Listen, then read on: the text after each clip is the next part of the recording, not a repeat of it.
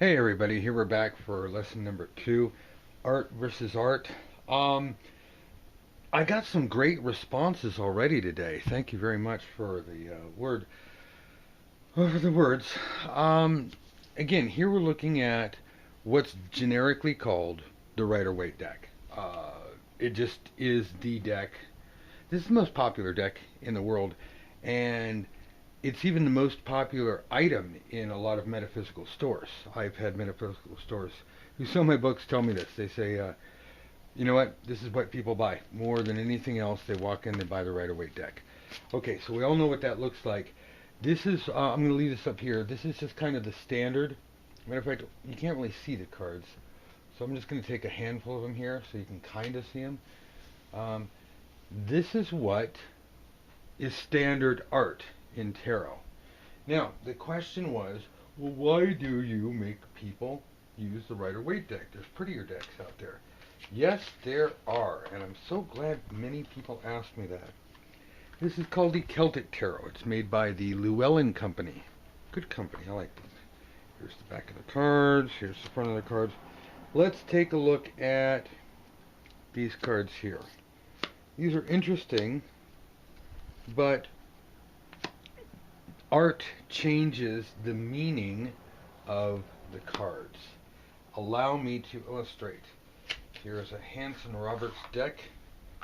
Hanson Roberts deck. It's a very nice deck. I'm going to move this out of the way. I think you get the idea. And I don't want to take all day with this. Hanson Roberts deck. You can tell by the background here. Let me give you some examples that are really simple. Now, Fool, the same. The Magician, close enough to the same. Hierophant, still, top dog, top dog. Death, we all love death. The Tower, see a lot of these, very much the same, very much the same, but there's subtleties here. Now, not so much with this particular deck, although that's not to say that it isn't. But I want to point out some of the egregious ones. And here is my favorite. I like this little guy. This guy is the Page of Wands, and notice how he's holding his hand up to his face. He is calling out. He is a clarion. He is saying, hello, hey, paper, get your paper here. That sound is me looking for the Page of Wands in the Rider-Waite deck, which I am unfortunately unable to do. So, while I'm looking for that, I want you to be aware that the Page of Wands in this particular deck, Opu, calls out and is vociferously making a noise. Now, in this particular, it's got to be in here somewhere, in this particular deck, which we're almost at the end of, ta-da, next to last one. Isn't that always the case? We might say, oh, he's holding up his staff to make an announcement. Not really look at it. He's looking, he's examining his staff. He's saying, my, what a nice staff I have. Here, he is absolutely making an announcement. Now you say, oh, why is that possible? Why is that important? Well, let's find out. Let's look at the Deviant Moon deck. I like Patrick. He does really good stuff. By the way, you should buy this deck. It's support this artist. He's a really, really great guy. I'm not going to show you all the images, although you can find them online. But here, let's take a look at this. These are just like, there's death. This is the hell is that? It's the Eight of Wands. This is a very difficult deck to read with. You really have to subscribe to this particular belief system, this artwork to read with. But it's a wonderful deck. I own two of them. And if I ever meet Patrick in person, I'll have him sign yet another copy, and I'll have him do that as well.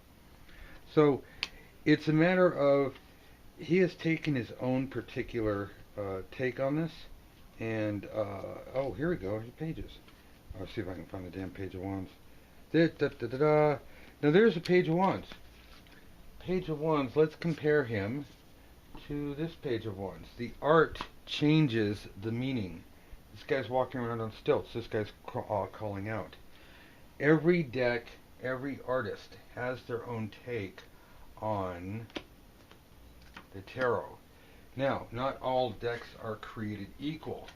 Some decks are extremely pretty. Oh man, I'm telling you, this Deviant Moon, you can't go wrong with it. And like I said, I don't know Patrick personally, so it's not like he's a friend of mine and I'm going, oh, buy his deck. It really is a good deck. Just find it on Amazon, find it in your local store. If it's not in your local store, you should tell people, hey, I want it in my local store. Robin Wood Tarot, another deck made by Bluebell and Company. Let's see what their artwork looks like. Much different. Oh, fortunately, these are all in order. Yay. Now, here, their page. Oh, no, I didn't. Did I? Yeah, I took all the pages out and I put them at the end because they are different pages. Page of Swords, Page of Pentacles. Here, Page of Pentacles, it's a female in this deck. Page of Cups, it's a female in this deck. Page of Wands, not so much different from this, but what? Here I'm talking, here I'm talking, here I'm just kind of holding up a shining light. Maybe that is like the Hermit. I'm holding up a shining light. Maybe he's a hermit in training. I say a lot of maybe because I want you to remember that there are no hard, fast rules in the tarot that say each card must mean this. Because what will happen is you've only got 78 cards and you're going to have more than 78 possible things happen in life. And you're going to sit there and try to tell your client, well, the card means this, therefore you must be wrong. Therefore you're... by the way, I love the way the box opens up. Isn't that cool? I wish more tarot boxes opened up like that. You can sit there and tell your client about they're wrong and that the cards mean this or that, and they'll walk away going, that psychic doesn't know what the hell they're talking about. You need to allow the card to breathe. You need the card to be able to speak what is on its mind. Okay, again here, the feminine suits, water and earth, those are the feminine signs. Masculine signs are air and fire. They chose to make these pages girls. That's kind of cool. That's very, forward thinking. Rider-Waite, they're all male. Hanson Roberts, I believe they're male and female. I should actually get it out and find out. And I normally know these things, and of course, I forget because I get off on a tangent. I love this Queen of Wands, by the way. See? No bunny. It's all fertile. That's a big statement about fertility, too. Here's another one. This guy in the, what is that? The Hanson Roberts, can you see that? Yeah, okay. This guy, he's not happy. He's like, oh, I'm unhappy. Now, if we look at that in the Robin Wood deck, we have some guy who looks like Indiana Jones, and he is happy. So again, the art changes the deck. So if we're going to talk about specific meanings and ways to learn the tarot, we can pick our favorite artwork. We can say, well, I'm into this Celtic stuff. Look at this. It's a blacksmith. Well, this hermit is a blacksmith. He's not holding a light up for anybody. He's not... Okay, hermit, right? The art changes the meaning. This is a blacksmith. This is a creepy old guy going out to pee in the middle of the snow.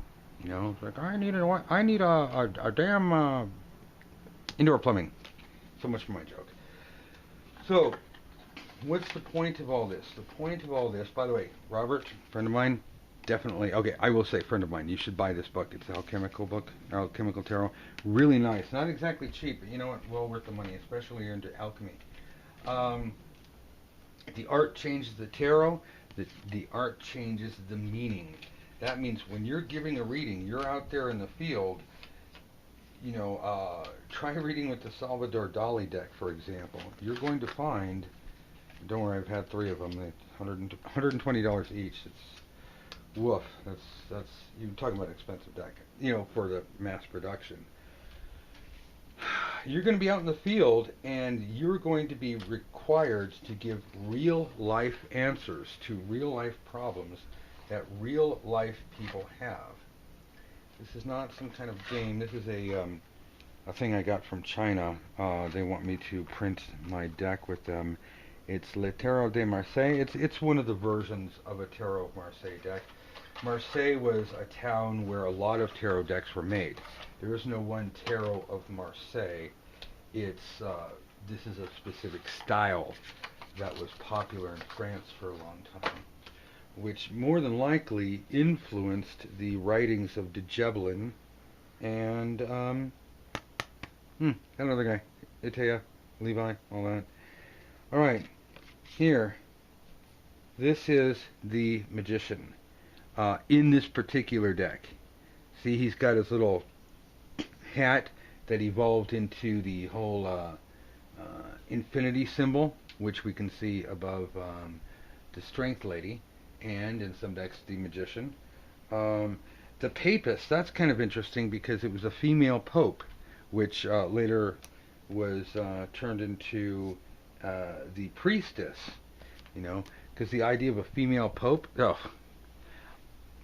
you know, you just do your research on that. That's, you talk, there's all kinds of sexism, and oh, hey, here's a good one. I was talking in one of my private videos. This is the Lovers where people say the Lovers is ruled by Gemini because it's a choice. This is very misogynistic. It's like a man, and you've got the harlot and the virtuous woman. Honestly, I can't tell which is which. I'm going to say she's the harlot. But this is where a man is being forced to choose between a woman who is upright, prude, and moral, and a lascivious woman who's a lot more fun, but will ultimately be his downfall.